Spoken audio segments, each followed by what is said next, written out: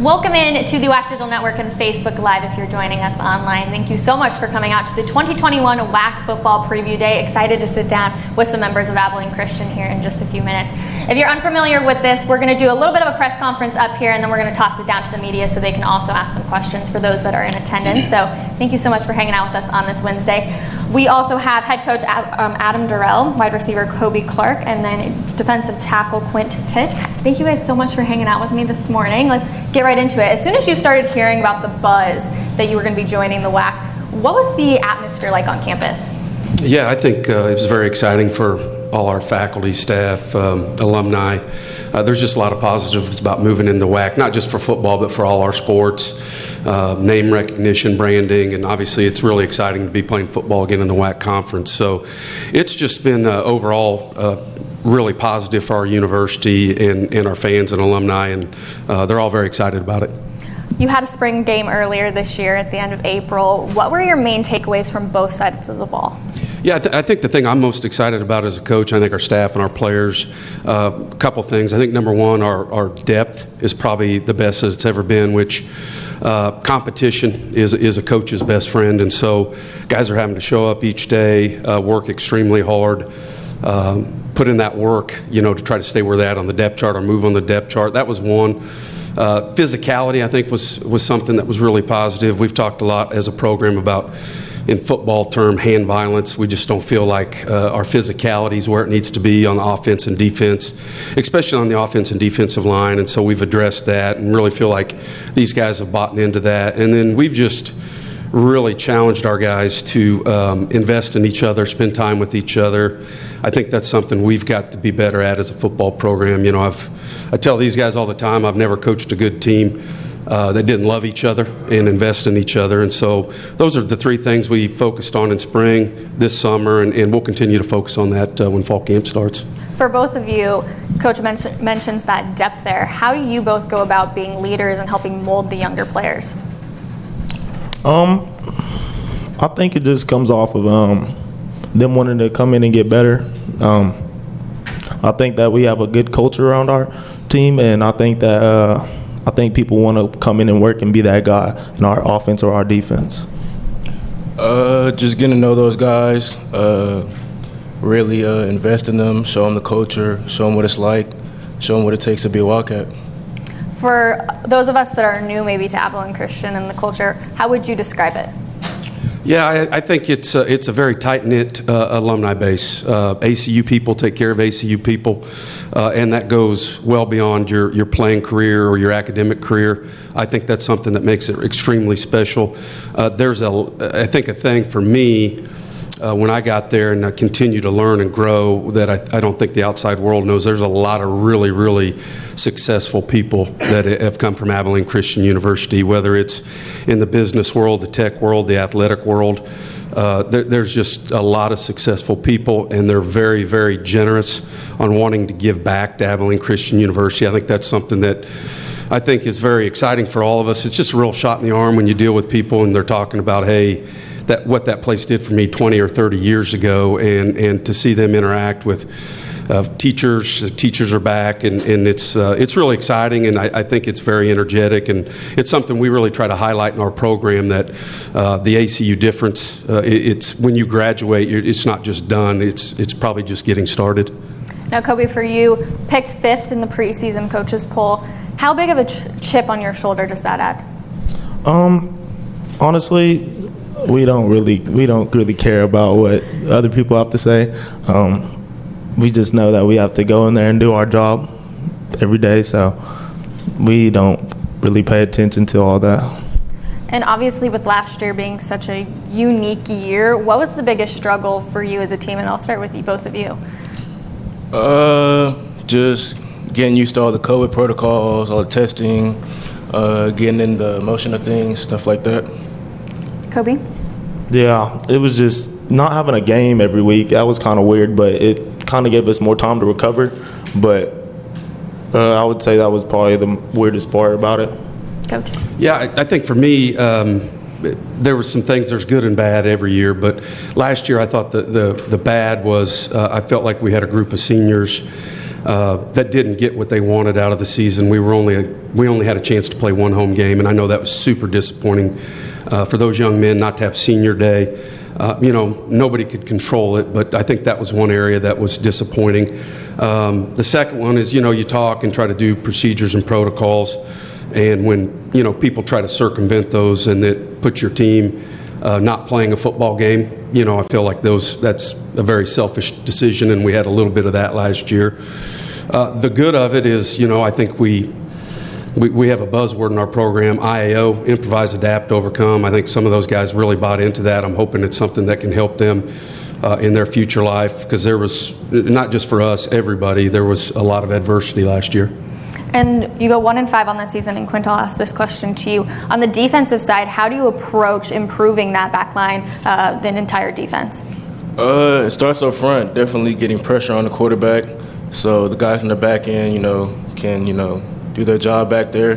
But it definitely starts with up front, getting pressure on the quarterback, stopping the run, of course, and yeah.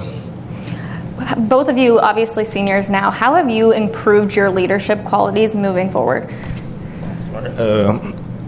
I was never a vocal leadership type of dude, and I kind of got forced to be put in that situation, but it's been the best thing for me, honestly. It's just made me more comfortable around the team. Yeah. Like Kobe said, definitely never been a big talker, but, Coach Dorrel always preaches that as a leader, you have to be vocal. So definitely trying to step into that. My position coach has definitely pushed me to, be vocal, starting with my group and then expanding from there. So. Well, as two non-vocal guys, we appreciate you coming up here and doing this with us here again today. And then, Coach, just for you, as you look forward to this season, and for people who may not be familiar with your program, what can fans expect to see when your team takes the field? Yeah, a couple things.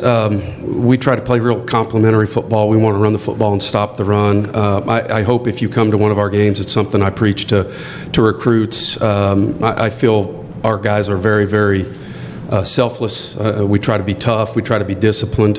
I think both these guys exemplify that. I'm on the offensive side of the football. Kobe, in my 23 years of college football, is one of the best college football players I've ever coached, not because of his ability to catch passes, run routes, make plays, and he does all that, but he does that, and he's also extremely, extremely tough. He's a great blocker, and not all receivers really buy into that, and so this guy's a really good football player, and we're excited about that. Quint's the same way. He's been a leader for us, and just excited about what he's doing. But hopefully you see leadership in action. You see guys playing extremely hard, being disciplined, playing for each other, and just being fundamentally sound. SMU is the first school that's on the schedule for this year. How does playing an FBS school help you for the rest of the season? Let me start. Yeah. I think there's a couple things. Obviously, there's a financial gain to it for our entire athletics program. That's number one. Two, I'm excited about, and I think our fans are, we have a huge alumni base in that DFW area. We'll have a great crowd there. Three, I think it helps us recruiting. Obviously, we can't have recruits there, but naturally guys will come just to set in and watch the football game. You get a chance to get tested early, and you learn about your football team. But one of the things I always try to preach to these guys is when you're playing a school like that, you don't have anything to lose, and so you should have a very aggressive mindset and attack. And I always tell them, hey, we're going to make SportsCenter two ways. It's either going to be we're doing something good or we're doing something bad. So let's make sure it's the positive side of that. Absolutely. All right. Well, gentlemen, thank you so much. I'm now going to send it over to Chris Thompson, man right there. Okay, we will open it up for questions from media here. Chris Mikoski, ESPN Plus. Coach, you talked about the disappointing parts of last year, but obviously a lot of your opponents decided to play in the spring. So what are the biggest advantages to having played in the fall instead? Yeah, Chris, that's a good question. I don't know yet. I've gotten that question a lot. I've thought about it a lot. I'm excited to talk to some of my fellow coaches that played in the spring and kind of see what their protocol has been for this summer on when they got their team back on campus, things of those natures. I don't know. I think obviously the spring schedule with some teams that had serious injuries, long term, obviously those young men won't be back in the fall, which I think could obviously potentially hurt a little of those teams. For us, we're excited because we did play in the fall. We feel like we were able to regroup this offseason, address our recruiting needs. I think that's one thing. Obviously, the recruiting was a dead as far as having young men on campus, but we were able to spend a lot of time recruiting the 2022 class, 2023 class, where maybe some of them just didn't have that luxury because they were in season. So I think I'll be able to answer that more at the end of the year, kind of seeing how it plays out, and I think that's going to be one of the interesting things in college football this year to watch. Coach, how you doing? Good. First of all, I'd like to, I'm Paul P.T. Taylor with Hanson Broadcasting, and this has happened. I'm not going to say last year or years. We'll go with football seasons. Has the new red shirt policy, has it been a good effect with you, with the players getting eligible to play 4 games, per season and still be redshirted? Has that been a plus or a minus? Yeah, great question. It's been a huge plus for us. Before, I always felt a tremendous amount of pressure as a head football coach to do what's right for the young man, and sometimes that might have meant sacrificing some wins when you thought that guy could have helped you a little bit. But my approach before was always like, hey, if he's not going to play 22 or 23 snaps a game, we're going to redshirt him. What this allows us to do is use those 4 games to figure out if he can do that, and so obviously we go SMU non-conference, then our next 2 home games are non-conference games, and so my approach, right or wrong, is always look at those games as, hey, we need to find out what our roster is those first 3 weeks of the season. Going into week 4, we'll have a pretty good idea of who we're going to redshirt, who we're not. So yeah, it's one of the best rules I think college football has enacted since I've been a head football coach. Question for the players here, kind of a 2-part question, so one of you guys can take either one of these. The WAC has a lot of football history, so what is it like to be there and your name in the same record book as LaDainian Tomlinson and Ty Detmer, Marshall Falk, Brian Urlacher, players like that? What does it mean to now have ACU associated with those schools? I think it's awesome. Those are players that we looked up to growing up, just to be in the same conversation as them, whether it's the college conference or whatever. I think that's an honor for all WAC players, I would say. And then the second part of that is you get to help lead the WAC into this next chapter and build that foundation of the FCS history in the WAC. What does it mean to be building blocks there, be part of those building blocks? I think it'll be exciting, just, getting to be a part of that, make a name for ourselves, introduce ACU to the WAC and to the rest of the world.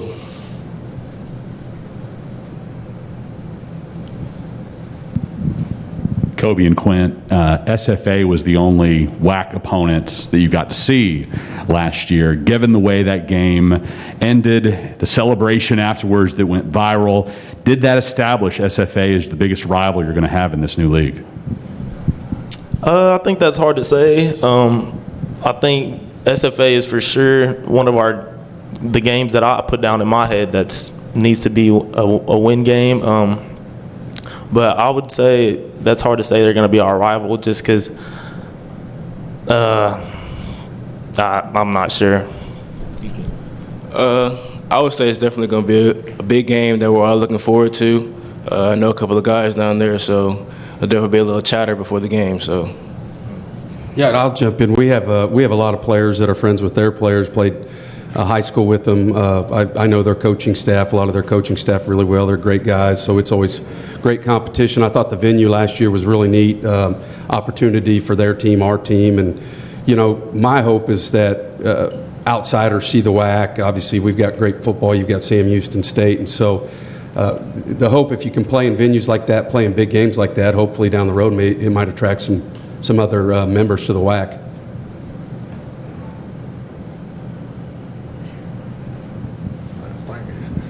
Hello, Dylan Crowley, Texas College Football. This one's for you, Coach. What's your top priority going into preseason training camp to get ready for your new conference opponents? And are you looking to do a little bit more film study to get ready? Yeah, so obviously new opponents coming in. One of the things I think is going to be unique for us that we've looked at the 11 games we're playing. I think last year we saw an odd front just a couple of times. The year before that in the Southland, there wasn't a lot of teams that were truly an odd front. One of the things that I'm seeing, I think it's 6 of the 11 games we're playing this year, teams have gone to an odd front, so that's going to be unique for us. It's something we got to spend a lot of time on in fall camp, getting ready for that. And just some of the unknowns, I think there's a wide variety of offense and defenses in the league, and so, one of the things, we've got option football, we've got spread, we've got, we're going to play Central Arkansas, who can line up and pound it with 2 tight ends. And so one of the things we've talked about as a coaching staff is taking time about every other day, and obviously we're going to go against our defense, but get into focusing on some mechanics of the option for when we play Lamar. We play Lamar twice this year, and that's something we've got to be ready for. And if you've never gone against option football, it's difficult. When we went to Army this year, and I asked the guys, I grew up in that offense. It's all I did in junior high and high school, and you ask the guys, hey, how many have played against an offense like this? And I think we only had like 2 guys on the whole team. So we've got to spend time on that stuff. We did in the spring. We got to spend time on that stuff in fall camp. So it's going to be a unique fall camp where you really don't dive into that early. Thank you. Mm-hmm. Any other questions? Paul? There's been a lot of changes to college football in this last several years, these seasons. One of the things that's really come abroad recently is the NIL, names, images, and likeness. So has that had an impact yet? And also I want to talk to you about the transfer portal. These were things that weren't out around when some of us played, and now it's really taking a dynamic toll on some colleges, on some of the football teams. Yes. Talk to your players. Yeah, you guys want to talk about the NIL? The transfer portal. What do you think about it? I would say with the NIL stuff, I think it's pretty cool. A lot of guys can go out there and get their names out there, but it's also important, you get the program out there too, get to bring guys in. I think it's a lot of exposure for guys, so I think that's cool and pretty important. The transfer portal, I know that the transfer portal has been very crazy this past year. A lot of dudes just jumping in that portal, just trying to find better.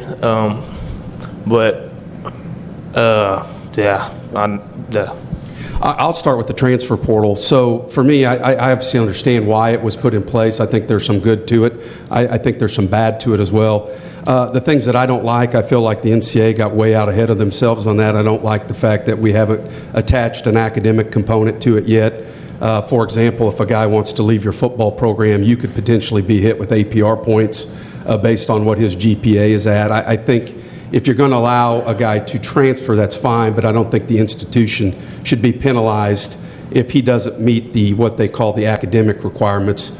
That's the big one for me. The hard thing for us as coaches is you try to put a plan together based on, hey, when a guy's going to graduate and you're going to recruit X amount of O linemen and D linemen. So I think it's forced all of us to kind of go to an NFL type model where you have to expect some free agency every year. You're going to lose some guys, and I think you have to be very broad-based initially in your recruiting process. You can't, just because the math says, hey, we're not taking a wide receiver this year, you can't just not recruit receivers. And so I think it's made our coaching staff work harder on that, but still learning on that. As far as the NIL, I really don't have an opinion on that right now. I think there's It's kind of new. there's going to be a lot of interesting things play out here, I think, in the next 6 months in college football. Do you feel like you have to recruit your players that you have now because of the transfer portal?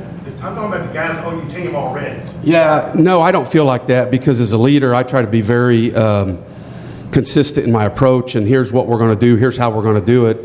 And if a young man chooses not to be a part of that, that's going to be on him. I tell these guys all the time, I've got to make decisions that's best for the team, not the individual. And so we just put it out there like that, and let the student athlete make the choice. Alrighty, that is going to do it. Thank you, gentlemen, so much for coming down and sitting with us. And again, both of you who don't like to be talking, we do appreciate it. You guys knocked it out of the park. That is going to do it. Make sure you check out. We've got coming up next, Tarleton State's going to be joining us here on the WAC Digital Network and Facebook Live. Again, gentlemen, thank you so much. Thank you.